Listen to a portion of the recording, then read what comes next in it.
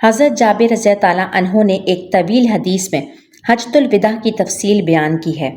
اس میں 9 ذی الحجہ کے حالات بیان کرتے ہوئے فرماتے ہیں، جب آفتاب ڈھل گیا تو آپ نے ناکے قصوہ پر کچاوا کسنے کا حکم دیا، چنانچہ اس کا کچاوا کس دیا گیا۔ آپ اس پر سوار ہو کر وادی عرفہ کے درمیان آئے اور آپ نے اونٹنی کی پشت پر ہی سے لوگوں کو خطبہ دیا، جس میں فرمایا، لوگو،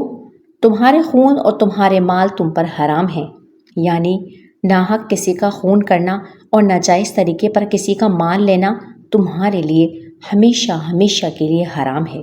بالکل اسی طرح کہ جس طرح آج یوم عرفہ کے دن ذی الحجہ کے اس مبارک مہینے میں اپنے اس مقدس شہر مکہ میں تم ناحق کسی کا خون کرنا اور کسی کا مال لینا حرام جانتے ہو۔ خوب ذہن نشین کر لو، جاہلیت کی ساری چیزیں، یعنی اسلام کی روشنی کے دور سے پہلے تاریکی اور گمراہی کے زمانے کی ساری باتیں اور سارے قصے ختم ہیں۔ یہ سب میرے دونوں قدموں کے نیچے دفن اور پامال ہیں۔ میں ان کے خاتمے و منسوخی کا اعلان کرتا ہوں، اور زمانہ جاہلیت کے کسی خون کا بدلہ نہیں لیا جائے گا، اور سب سے پہلے میں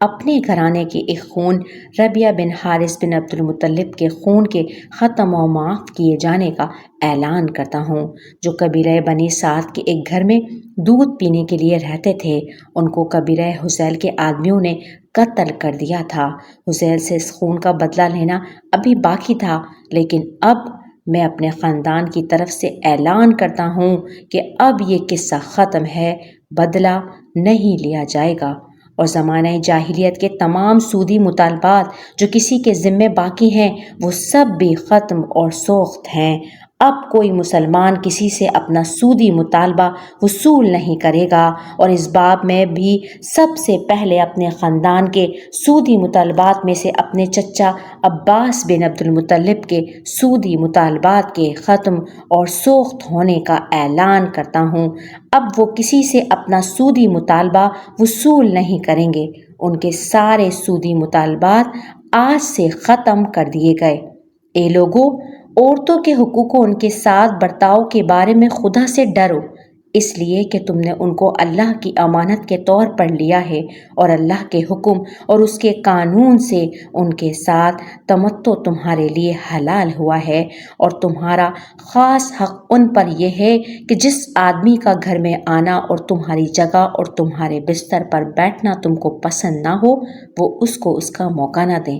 لیکن اگر وہ یہ غلطی کریں تو تم تنبیہ اور آئندہ صدباب کے لیے اگر کچھ سزا دینا مناسب سمجھو، ان کو کوئی خفیف سی سزا دے سکتے ہو، اور ان کا خاص حق تم پر یہ ہے کہ اپنے مقدور و حیثیت کے مطابق ان کے کھانے پہننے کا بندوبست کرو، اور میں تمہارے لیے وہ سامان ہدایت چھوڑ رہا ہوں کہ اگر تم اس سے وابستہ رہے اور اس کی پیروی کرتے رہے تو پھر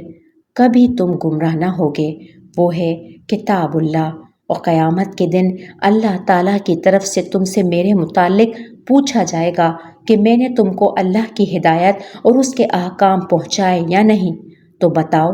وہاں کیا تم کہو گے؟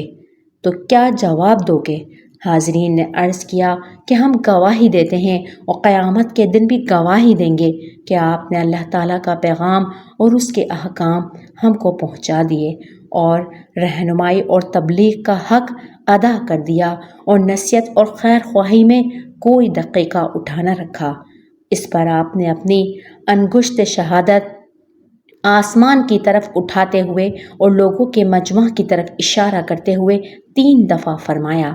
اللہم اشہد، اللہم اشہد، اللہم اشہد۔ اے اللہ، تو گواہ رہے کہ میں نے تیرا پیام اور تیرے احکام تیرے بندوں تک پہنچا دیے، اور تیرے یہ بندے اقرار کر رہے ہیں۔ اس کے بعد آپ کے حکم سے حضرت بلال رضی تعالیٰ عنہ نے اذان دی، پھر اقامت کہی، اور آپ نے ظہر کی نماز پڑھائی۔ اس کے بعد پھر بلال رضی تعالیٰ عنہ نے اقامت کہی، اور آپ نے عصر کی نماز پڑھائی۔